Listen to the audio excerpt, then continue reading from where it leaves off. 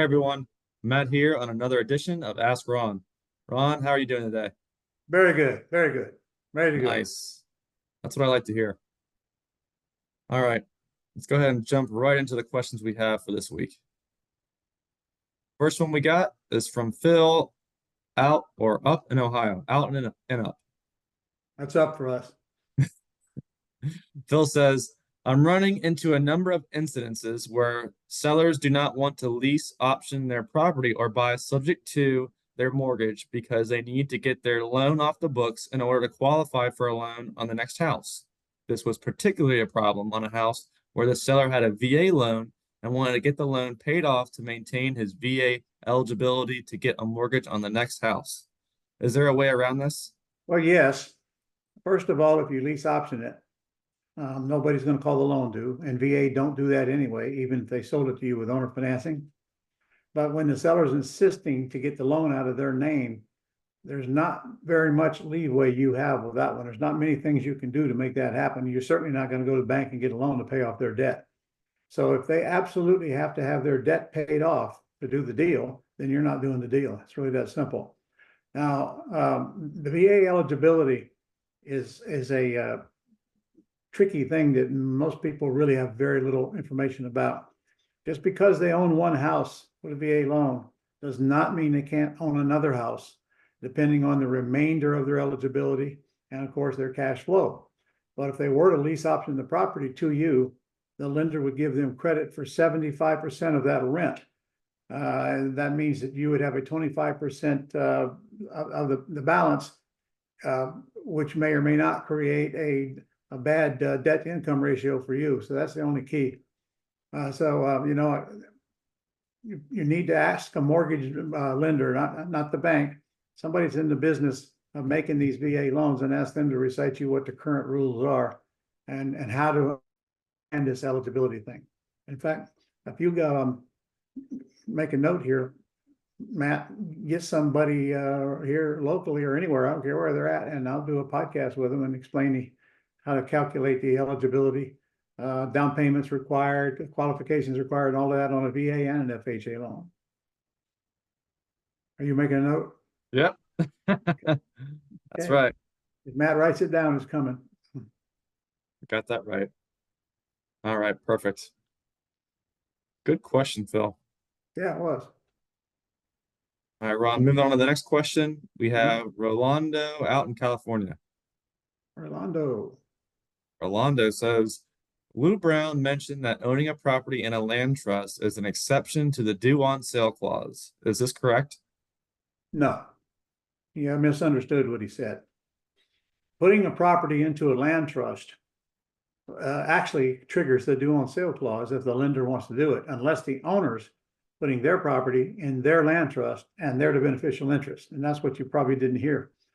However, once they've done that, the lender cannot call a loan due. But if the lender then discovers later that they've assigned that beneficial interest to you, they can call it due.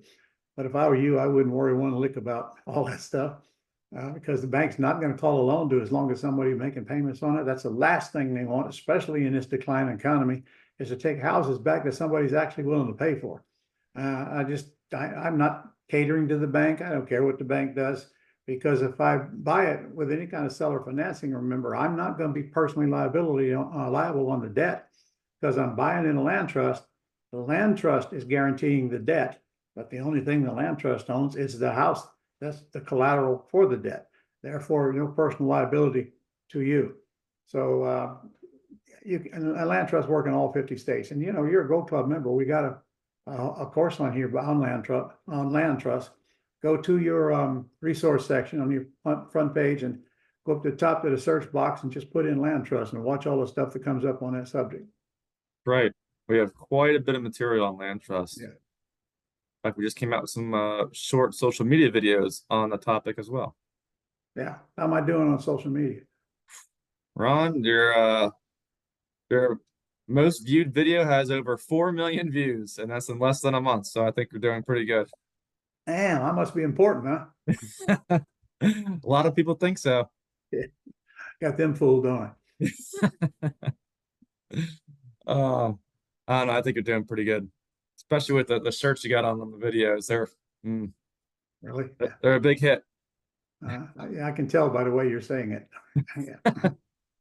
All right. Our Hey, next question we my age, have. I'm going to wear whatever I want to wear, and I don't need your permission either. So, Hey, there- I'm a fan. I'm a fan. So that's all okay. that matters. All right. Our next question is from Robert. He does not give a state, but Robert says, do you have any tips for a seller's market? Well, golly, I hope so, because we've been in one of those for about 3 years now. But it is declining. I can tell you Mhm. that. Pretty much all over the country. They're be on the market longer. The values may not be declining much yet, but they're not rising much yet either. So I'm teaching right now, get prepared for the economic climate to change because it is going to. And frankly, the smartest economist, that guy that I know, economist that I know, is predicting that we're going to have a downturn even worse than 2008, which is more reason why I think we better make sure we get the cash flow going in our house so we don't have to worry what the White House is doing, because they're not going to be sending you money, and you definitely are not going to be relying on them. But the good news is the worse the economy gets, the better the real estate business gets. And if you think about it, it's common sense. Sellers now are not seller's market. A lot more sellers need to sell that they wouldn't do in the past, and they'll do what they wouldn't do in the past. In other words, terms. Buyers are going to have a harder time qualifying in a bank, which means they need you more than they did because you're lease optioning the property to them, giving them plenty of time to get whatever is broke fixed, and then go get a loan. And frankly, if you adapt to the times, you can give them 5 years if you want to in the house. Because between you and me, I don't want them to buy anyway. And the longer they're in the house, the more money I'm going to make because the debt's getting paid down. I get appreciation, hopefully, a depreciation for sure, monthly cash flow, and all those reasons why we want to buy real estate. So I would not worry about the market, ladies and gentlemen. I just make sure you need to get your business going so that you can maybe even push it harder when a market slows down, and it absolutely will slow down. But you and I both know what's going to happen going into the future is going to be determined by the next election. So I hesitate to predict anything, Hmm. but we always have ups, we always have downs. That ain't going to change. I can predict that with good faith. Just don't know when. We never know when and how deep. Yep, that's right. That was a good But answer, Ron. one more thing on that. If you don't have to sell your house, what difference does it make whether it goes down in price or not? Because it's absolutely going to come back up. I mean, take a look at 2008. Take a look at the early 2000s compared to 2008. Just look back 10 years and see if we're not in a whole lot better real estate situation than we were then, because some people literally had their house prices double in those 10 years. So even if they come down, all you're doing is losing that artificially inseminated appreciation, because we had appreciation like nobody's ever seen. So I don't know, Marcus, you can't do anything about the market. You can only make sure that you're covered by not being personally liable and make sure your cash flow is covered. Another good thing about a downturn, people always need a place to rent, and there will be a lot more of them needing a place to rent when they can't afford their houses anymore. That's right. Well, that was a good answer. Yeah, what's that take, 10 minutes? I was gonna say like five, but hey, no, that was a good one. There you go, Robert. All right. Moving on to the next question. This one's from Michelle, who's also in Ohio. A few questions from Ohio today. Yeah. Michelle says, I have a property that is almost free and clear. It has 35,000 on a HELOC loan on the property. They're asking almost 291,000. The ARV is between 317 and 384,000. The seller is open to terms, but his mom has dementia and he will need a lump sum in about 3 to 5 years for his mother's care. The house Well, is vacant and did have a realtor, but there's no contract, but a contract that is ending soon. Any suggestions on how to structure the deal?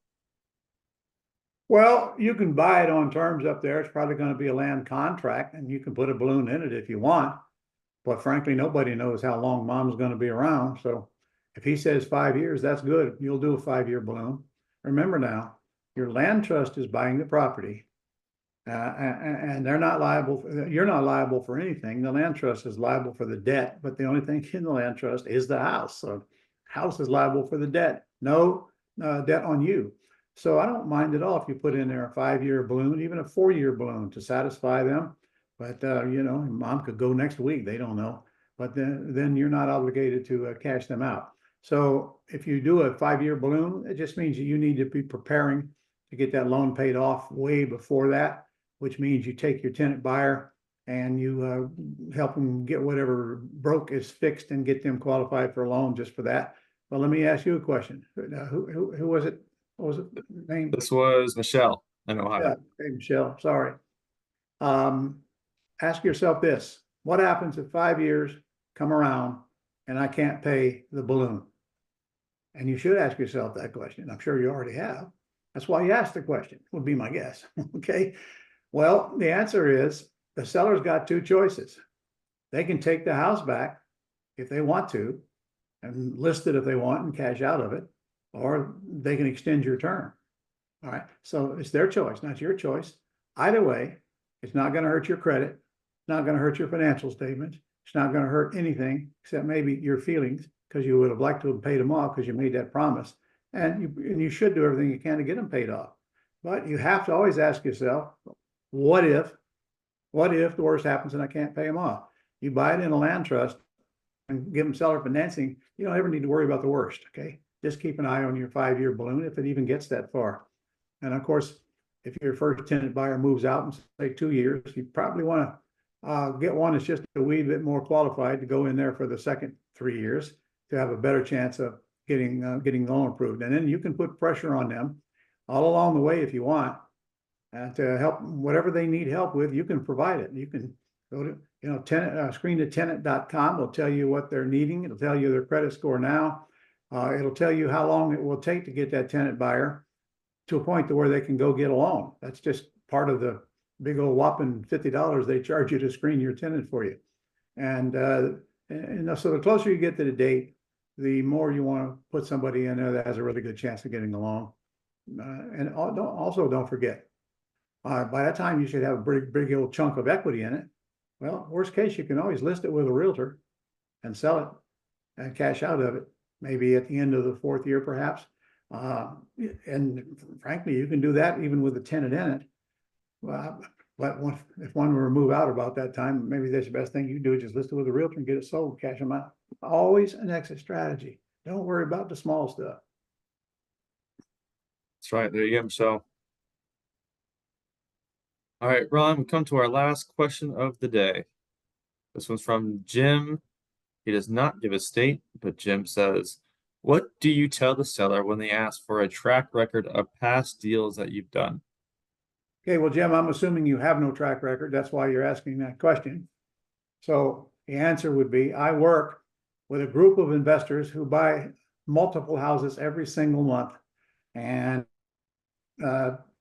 my goal is to get your house bought. I'm not here to list it. So if you really want to sell it, I'm your guy. But you don't have to, don't go in there with a bunch of lies. I've been buying houses for all these years and baloney. Just go in there and tell them the truth. Are you a member of a group of investors who buy several houses a month? The answer is yes. You're a member of the Gold Club. Okay. You're always a member of a group of investors who buy several houses a month. So just rely on that and don't get too deep in it. Big mistake you can make is just talking too much. And the more you talk, the more they're going to pick up the fact that you don't really know what you're doing. So answer with one sentence and then shut up. I work with a group of investors who buys many houses per month. But that's all I need to say. Yeah. Ron, that was all we have for today. That's it. All That's right, it. guys. Holidays are over. Brand new year. Better get out here and get to work. Come join me in Vegas, for crying out loud. That's the only boot camp I'm doing on the western side of the country this entire year.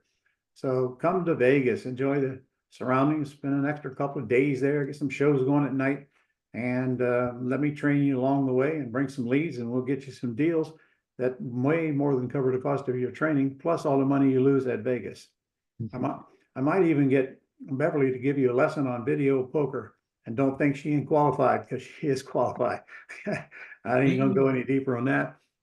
But she'll be out there cranking on that machine or pushing that button, I can promise you that. So anyway, give that some thought. And if you're watching this, you almost certainly got some credits coming toward that boot camp. And we got a very special offer going this month. Very special offer, cheapest I ever remember letting people in this thing. So call our office and at least get the facts on it if you haven't already gotten a letter from us or whatever. And put it on your list. What a great time. February, beginning of the year. Get a kickstart on the rest of the year. We don't know what's going to happen, do we? We don't know what's going to happen to our economy. We don't know what's going to happen to anything. And so the best thing you can do is just prepare yourself. So whatever happens, it's not going to change your lifestyle a whole lot because you got income coming in. And again, the worse the economy gets, the easier it is to buy houses.